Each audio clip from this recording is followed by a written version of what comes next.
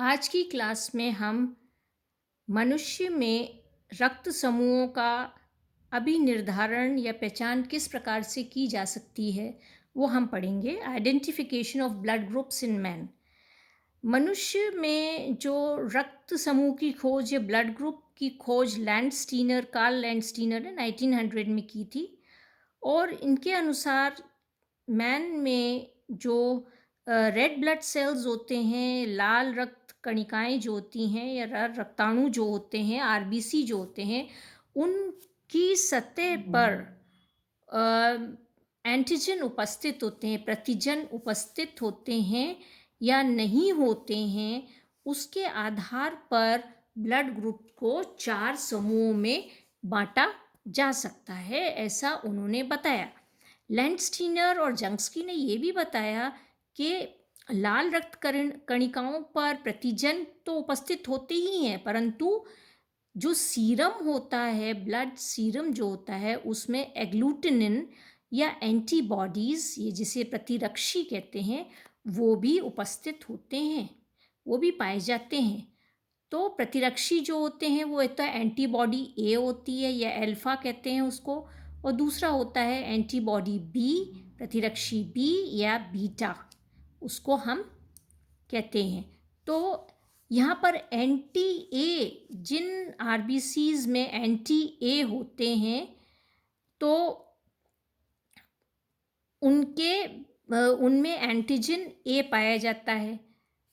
यहाँ पर लाल ग्लूटिनिन जो होते हैं ना, एंटी ए उन लाल रक्ताणुओं को अश्लिष्ट करता है, अग्लूटिनेट करता है या क्लम्पिंग करता है, जिनमें ए प्रतिजन पाया जाता है। समझ में आ गया? और एंटी बी प्रतिजन लाल रक्त कणिकाओं को, रक्ताणुओं को अश्लिष्ट करता है। ठीक है। तो यहाँ पर ये आप देखें, किसी भी व्यक्ति के रक्त में एंटीजन ए एग्लूटिनिन ए के साथ और एंटीजन बी एग्लूटिनिन बी के साथ नहीं पाया जाता। मतलब आप ये कहें कि एंटीजन ए है तो उसके साथ एंटीबॉडी बी होगी, ऐसा नहीं होता है कभी भी। अगर किसी मनुष्य की जो लाल रक्त कणिकाएं हैं उसके सतह पर एंटीजन ए होता है तो सीरम में एंटीबॉडी बी होता है, और जिसके एंटीजन बी होता है सतह पर आरबीसी के, उसके सीरम में एंटीबॉडी ए होता है। तो मतलब एंटीजन ए और एंटीबॉडी ए दोनों साथ साथ कभी नहीं होते, और एंटीजन बी और एंटीबॉडी बी दोनों साथ साथ कभी भी नहीं होते हैं। और इसीलिए कभी भी क्या होता है, स्वयं के रक्त में कभी भी समूहन नहीं होता है, क्रिया नहीं होती है। तो ये यहाँ पर इन्होंने इस प्रकार से समझाया।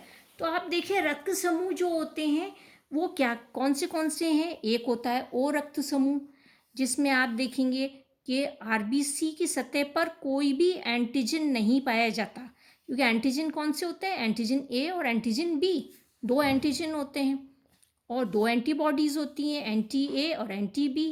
परंतु ओ जो रक्त समूह होता है उसकी सतह पर कोई भी एंटीजन नहीं पाया जाता है। ठीक है। परंतु इनके सीरम में एंटी ए और एंटी बी एंटीबॉडीज़, प्रतिरक्षी पाए जाते हैं। ठीक है। अब ए रक्त समूह जो होता है उनमें क्या होता है, आरबीसी की सतह पर एंटीजन ए होता है और जो सीरम होता है उसके अंदर एंटीबॉडी बी पाई जाती है।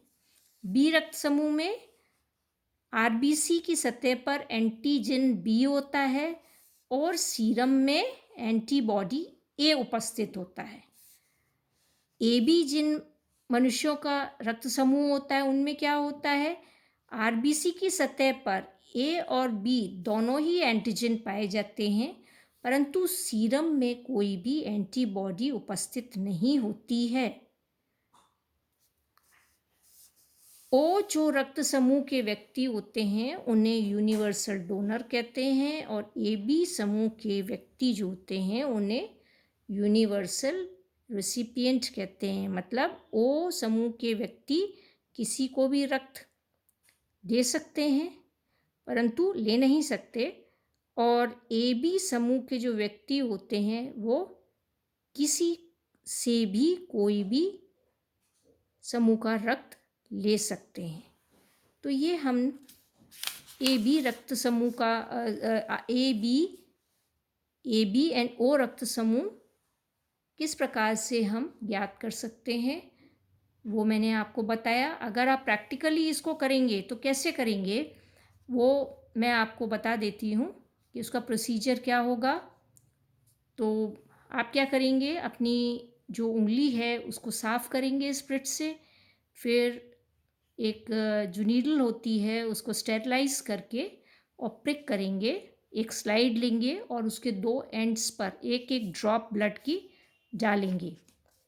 हमारे पास 2 एंटी सीरम हैं, anti serum A and anti serum B. तो दोनों ही जो एंड्स पर ड्रॉप्स हैं उनमें एक एक ड्रॉप, एक पे एंटी सीरम ए की डालेंगे, दूसरे पे एंटी सीरम बी की डालेंगे।